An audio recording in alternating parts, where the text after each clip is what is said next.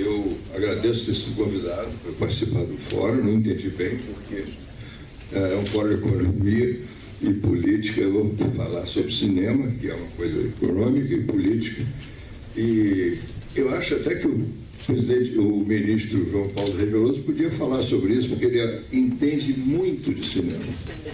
Ele é especialista. Sabe aqueles caras que vão às 4 da tarde na Cinemateca para ver filme dos anos 30? Ele vai, já peguei ele nesse flagrante.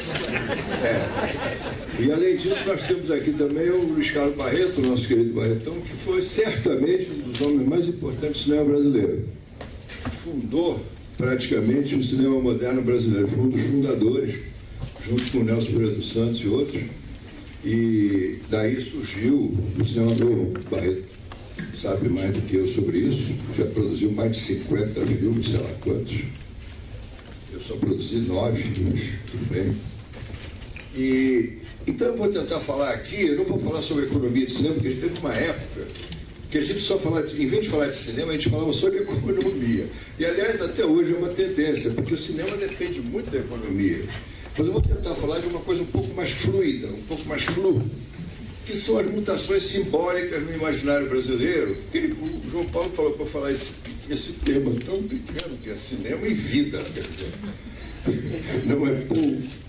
E tentar ver quais foram as mudanças simbólicas no imaginário brasileiro nos últimos anos, e no cenário internacional também, porque as duas coisas se complementam, se retroalimentam, etc. Então, falar mais isso a partir da experiência que eu tive no cinema brasileiro. Eu acho, por exemplo, que o movimento de cinema nos últimos, sei lá, 30 anos, não sei quanto tempo, 40 anos, 50 anos, o movimento mais importante que nós tivemos foi o cinema novo. O surgimento do cinema novo, que hoje em dia é visto como uma coisa muito remota, mas que foi muito importante na nossa formação simbólica. Eu vou tentar não falar de economia. O cinema novo surge numa época influenciado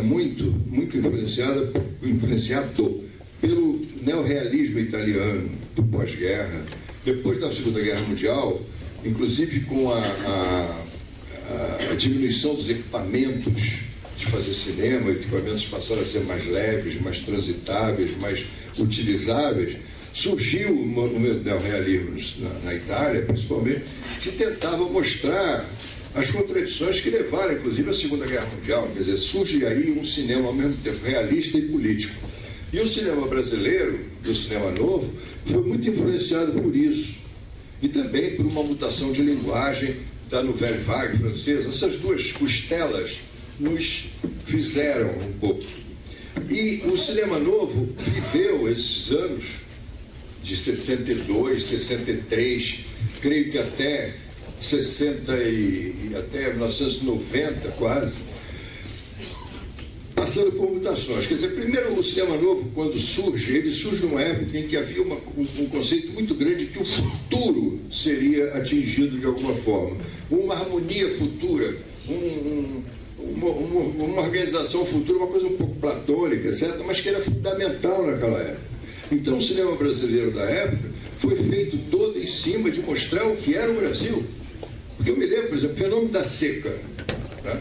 O fenômeno da seca. A gente só sabia da seca pela revista O Cruzeiro, que apareciam umas fotografias dos caras passando fome, etc., uns bois morrendo. Né?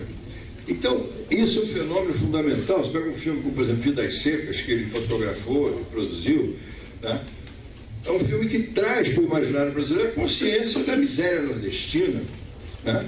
Filmes como depois, o Deus e o Diabo na Terra do Sol, na mesma época, foi um filme que trouxe a consciência de um processo psicológico, de uma situação econômica contraditória, terrível, que é também a divisão do mundo entre um misticismo salvador e uma realidade agrária impossível. Então, uma série de filmes foram feitos nessa perspectiva de mudar o país. Nós éramos bastante ambiciosos, porque a gente não só queria mudar o país, mas queria mudar o cinema e a linguagem oficial do cinema de Hollywood. Nós éramos revolucionários em todas as direções. E muito disso foi fundamental. Nós descobrimos através do Cinema Novo a favela, a loucura da classe média brasileira, o egoísmo de uma burguesia desatenta, né? A gente descobriu, inclusive, novas formas de linguagem e tentava existir economicamente e socialmente no mundo do cinema brasileiro. Mas havia uma precariedade muito grande. Então, esses filmes fundamentais, como, por exemplo, Deus, o Diabo na Terra do Sol, um filme que foi visto por 50 mil pessoas. A existência do público, ela era, não é que era relegada, mas nós pensávamos em pensar o país, era um cinema de reflexão. Isso, principalmente no início dos anos 60. Veio em 64, né, que foi o primeiro golpe da Revolução, etc., mas que, por algum motivo, não entrou muito no cinema brasileiro, deixou ele continuar existindo, porque o Castelo Branco era mais liberal, então o período de 64 a 68 foi também muito fecundo no cinema brasileiro, né? Foi um período muito criativo, muitos filmes que ele produziu, alguns que eu produzi, eu fiz filmes todos nos anos 70 e 80, né? Meus filmes são dessa época, até 84, depois. Em suma, a partir de 68, os filmes continuaram a ser feitos também com essa visão, só que com uma visão um pouco mais pensando na existência do público, e não só o autor falando sobre o país. Até que chegou 68, que realmente foi, com toda licença, uma porrada no cinema brasileiro, e que realmente deixou a gente perdido, não sabia o que fazer, etc. E nessa época, logo depois de 68, houve um movimento de favorecimento não é a palavra, um movimento de valorização do Estado como promotor da cultura.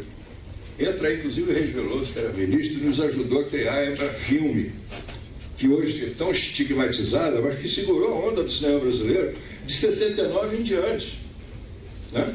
E nós fizemos, então, muitos filmes financiados pela Embrafilme, sendo atacados muitas vezes por uma esquerda, dizia: vocês só fizeram filmes depois da ditadura, depois de 68, vocês são os adesistas. Não tinha nada disso. Se forem ver os filmes que foram feitos nessa época, são filmes sempre críticos, de um realismo crítico, tentando ser superior a uma coisa populista, etc. E fizemos esse cinema. Aí chegamos até 90. Quando chegou 90, veio o Collor, e a primeira coisa que o Collor fez foi acabar com o cinema brasileiro. Primeira coisa, primeiro ato, vamos acabar com a Embrafilme, com o cinema brasileiro, tudo. E o cinema brasileiro, então, se viu despojado de qualquer possibilidade de fazer qualquer coisa, né? E aí houve um período de uns 2 ou 3 anos que a gente não sabia o que fazer, até que começou um movimento de retomada do processo de cinema, mas já com os pés plantados na iniciativa privada, o que nos colocou pela primeira vez diante do processo do capitalismo, porque os caras querem lucro, o cara investe no teu filme. Não é como o Estado que nos acostumou, apesar de ter sido muito bom, nos acostumou a uma espécie de preguiça negocial, né? Era só ficar amigo dos burocratas de Embrafilme. Eu me lembro de uma vez que eu fui para Paris e um dos burocratas que dava autorização do orçamento me pediu um vidro de perfume, entendeu? Dior. Eu trouxe, eu tinha que trazer, porque eu dependia dele. Quer dizer, ficou uma coisa tão mixa. Mas então esse período, depois do Collor, ficou uma coisa um pouco mais verdadeira. A gente tem que se defrontar realmente com o comércio, indústria, contas, se deu lucro ou não deu. E foi um período de reflorescimento do cinema brasileiro. Mas aí continua outro problema. No meio dos anos 90, né, começou uma revolução com a qual nós não contávamos, que é a revolução digital, que é fundamental. A gente não pode esquecer desta revolução que aconteceu nos últimos 20 anos, 30 anos, e que mudou não o pensamento, mas a forma de pensar. Nós estamos vivendo uma época em que o mecanismo da nossa cabeça está existindo a partir de determinados processos digitais, etc., de informática, tudo. E isso provocou uma terceira coisa, que é fundamental, que foi a perda da consciência do que fazer. a perda da esperança, porque a gente passou a ser dependente de uma nova organização audiovisual que termina, por exemplo, com a ideia de autoria. Os chamados maîtres à pensée, os grandes pensadores, como Schopenhauer ou Sartre, ou o que seja, eles não têm mais aquele veredictum sobre o mundo, a gente não procura mais uma resposta para o mundo. Nós estamos agora ao sabor de uma mudança tecnológica cada vez mais complexa. Eu vejo, converso com cineastas do mundo inteiro, está todo mundo com essa crise. O que a gente vai filmar? O que a gente vai fazer? Porque toda obra de arte pressupõe um pouco de esperança. Mesmo você pegar a literatura do absurdo dos anos 50, havia no desespero de um cara como Samuel Beckett, por exemplo, uma esperança qualquer, deprimida, mas havia. Então agora, com essa dissolução da autoria, com essa multiplicação de pessoas que fazem uma forma de cinema na internet ou de outras maneiras, etc., há uma perplexidade no cinema em geral, no mundo e no Brasil também. Eu acho isso, em princípio, fiquei muito reativo. Eu sou um analógico, né? Com todo... Mas no início eu fiquei muito reativo, mas hoje eu vejo que talvez essa revolução digital é tão radical, ela é tão imprevisível, que talvez esteja se criando aí uma nova forma de cinema, mais coletiva, mais múltipla, menos individualista, e que possa então dar conta de uma relação com a vida mais profunda. Porque uma das coisas que caiu muito depois do início do Sistema Novo foi a preocupação, não só com o social, mas a preocupação da representação do que é a vida, né? no imaginário das pessoas. Porque o Brasil não existe nas florestas e nas cachoeiras, o Brasil existe dentro da cabeça da gente, né?